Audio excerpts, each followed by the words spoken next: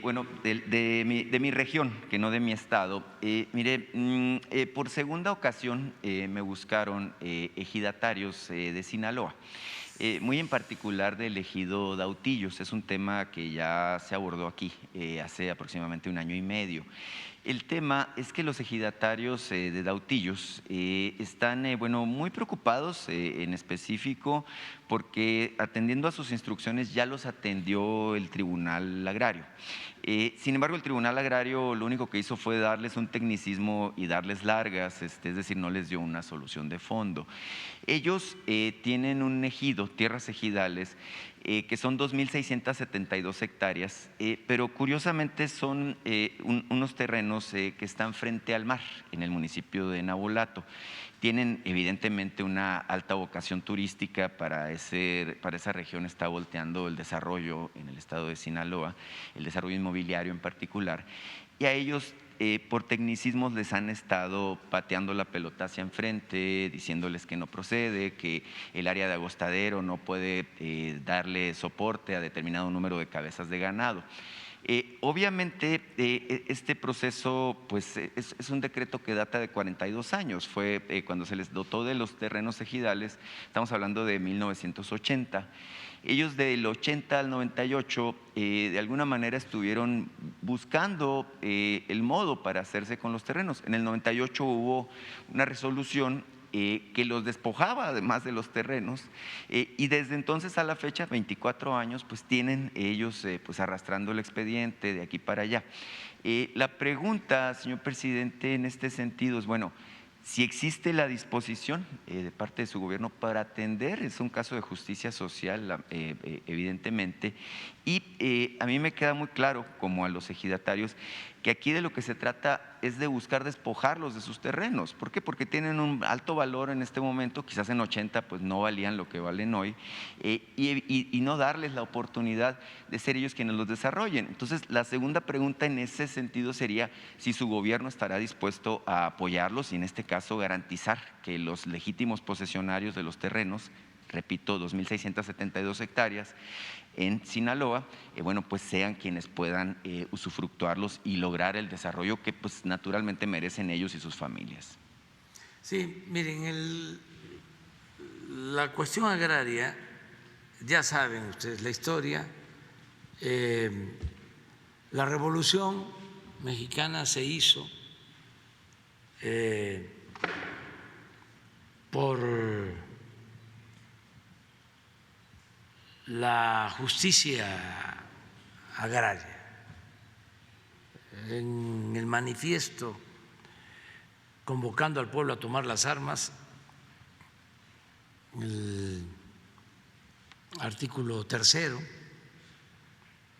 Madero habla de que de triunfar la revolución se iban a restituir las tierras a los pueblos indígenas que habían sido despojados justamente por los hacendados, en la convocatoria a tomar las armas. Ese manifiesto fue el que lleva a muchos campesinos a participar en la revolución. Así surge el movimiento zapatista, porque ya había mucha inconformidad de que las haciendas se quedaban con las tierras de los pueblos, invadían las tierras de los pueblos. Ese fue el conflicto en Morelos, del pueblo de Anenecuilco, donde nació Zapata, con la hacienda El Hospital de los Escandón, porfiristas. Entonces, triunfo de la revolución. Uno de los problemas que enfrentó el presidente Madero, un hombre muy bueno,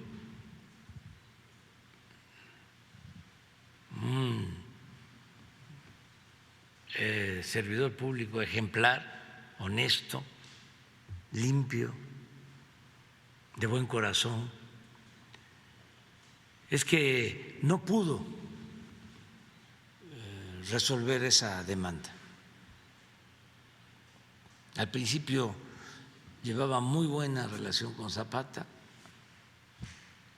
se reunían, se caían bien. Hay una carta en donde Madero invita a Zapata a los baños termales que habían entonces en Tehuacán, Puebla, porque el presidente Madero se tomaba su tiempo para la reflexión, el análisis, también para su concepción filosófica, lo espírita, que era una filosofía importante en ese entonces. Bueno, y había buena relación, pero como siempre, los halcones, los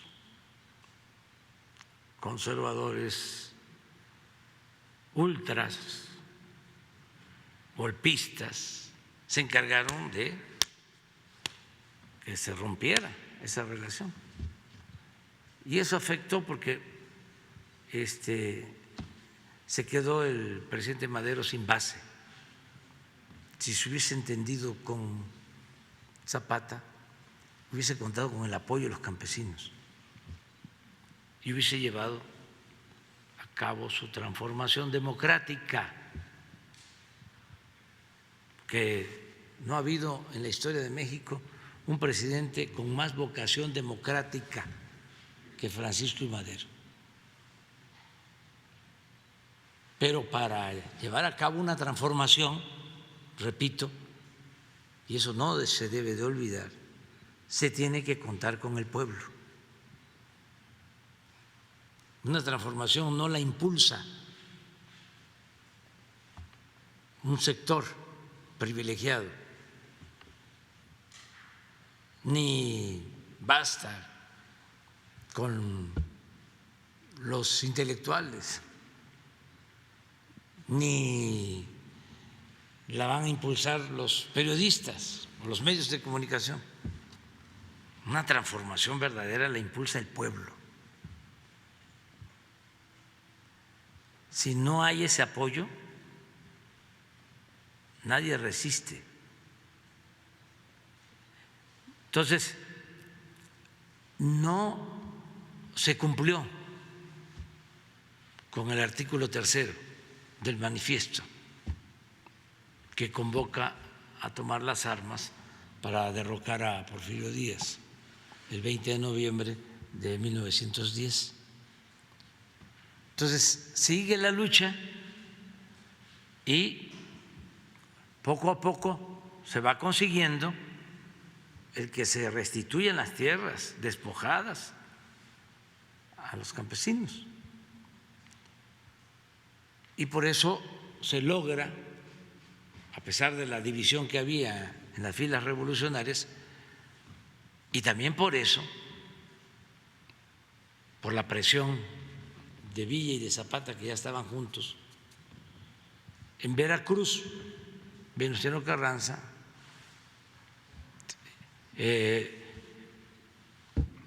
da a conocer la ley agraria del 6 de enero de 1915, que es el antecedente al artículo 27 constitucional, en donde ya se reconoce el derecho de los campesinos a la tierra.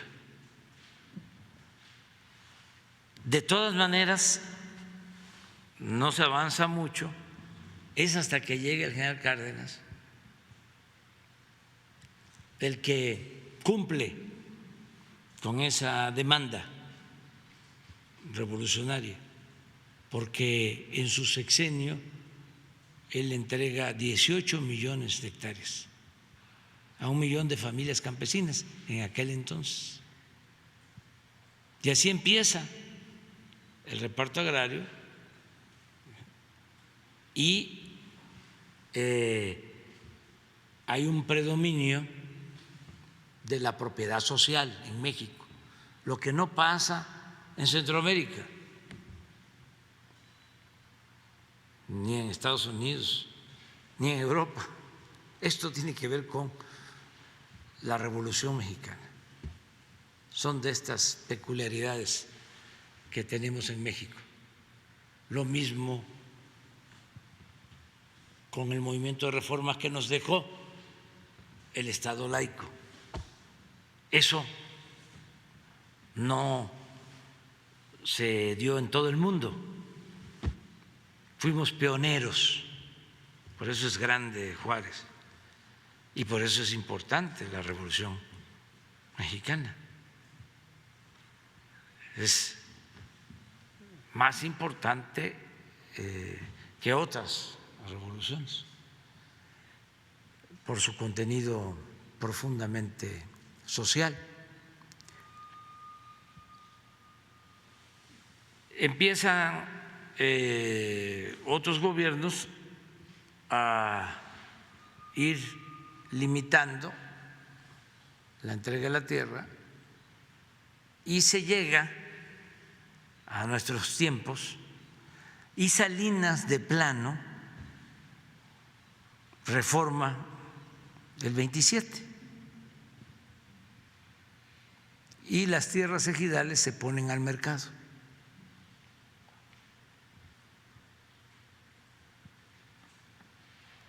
Y Calderón lo que quería era que ya ni se hablara del ejido,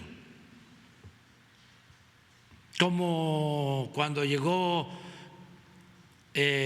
Fox a Los Pinos y el retrato de Juárez lo sacaron, que por cierto ahora lo tenemos aquí. Se rescató porque se lo llevaron a Gobernación, luego a la Corte y ahora ya lo tenemos aquí, en el recinto Juárez. Por eso somos distintos y no es que nos caigamos mal, ¿no? Porque el presidente Fox use botas o yo no hable de corrido. No, son otros asuntos los que nos hacen diferentes.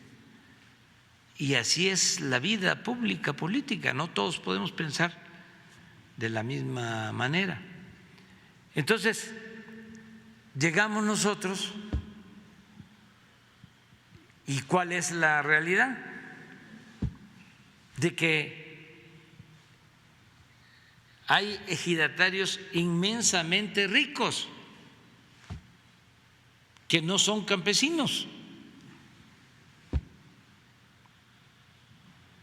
Y hay ejidatarios latifundistas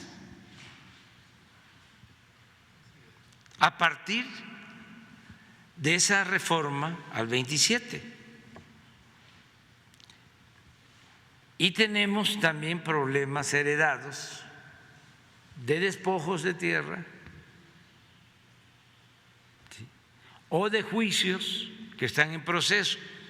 Entonces, ¿qué estamos haciendo ante esta tremenda realidad? Dos cosas. Una, si todavía no los han desalojado, los protegemos. No sé, en tu caso, ¿ya los desalojaron? No, de hecho los terrenos están solos. Por eso, pero Ajá. ellos viven ahí, tienen la posesión. Ellos están en posesión de los terrenos. Bueno, eso se nos facilita, porque los protegemos. Antes no había protección. Todas las autoridades actuaban en contra de los campesinos, dueños originarios de las tierras. Entonces, nos das el dato bien para cuidar que no los despojen. Y el otro problema que tenemos, que también es muy delicado, es donde ya se llevaron a cabo los despojos. Entonces tenemos casos de varios ejidos, comunidades que nos están pidiendo que intervengamos para reparar los daños. En Oaxaca, en Chihuahua, en Nayarit, en todos lados. Entonces estamos buscando acuerdos, conciliando, pero se requiere apoyar con indemnizaciones. O sea, necesitamos recursos. Entonces vamos viendo dónde si se puede medir, se requiere más. Sí.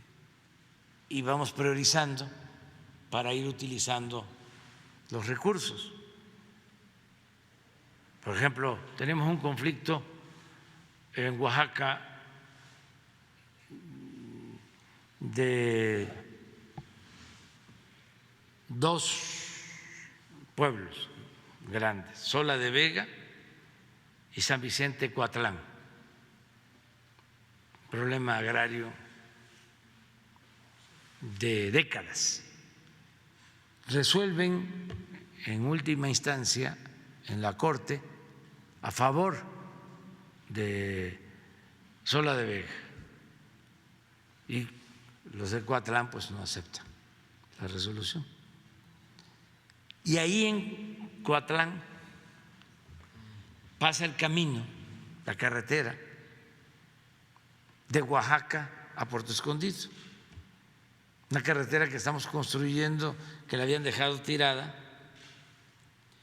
y que nos va a ayudar a que de Oaxaca a la costa, de Oaxaca a Puerto Escondido, se hagan 2 horas y no 5 como ahora, o 6. Pero nos tapan la brecha porque quieren que se les resuelva su problema agrario. Entonces ya no es un asunto legal porque se supone que ya es una cosa juzgada. Sin embargo, está el problema.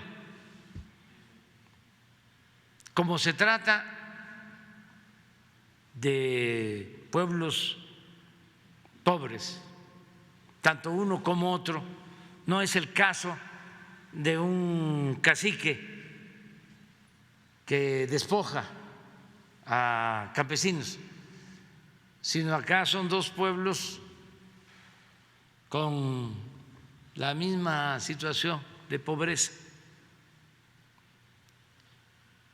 Entonces, ahí estamos haciendo un trabajo de conciliación porque han habido muertos, o sea, son de esos conflictos agrarios de mucho tiempo y ya vamos avanzando. Y yo espero, porque seguramente me van a estar viendo ahora o ya escucharon, que se llegue al acuerdo y ahí vamos a usar una indemnización. Es decir, del presupuesto público vamos a usar recursos para reparar posibles daños y arreglar el conflicto. Pero así como este, tenemos muchos. ¿Y qué hacemos? Pues vamos poco a poco y también de acuerdo a nuestras posibilidades económicas, sin olvidar de que el presupuesto, como siempre lo decimos, es dinero del pueblo y lo tenemos que cuidar. Entonces eso… En este caso los ejidatarios lo único que quieren es que los terrenos pues, se les respeten. Exacto, porque son pobres, pues son pobres entre los pobres de Sinaloa, ¿no? Entonces lo que quieren es trabajar la tierra. Sí, vamos a ver cómo está el proceso legal y los vamos a ayudar.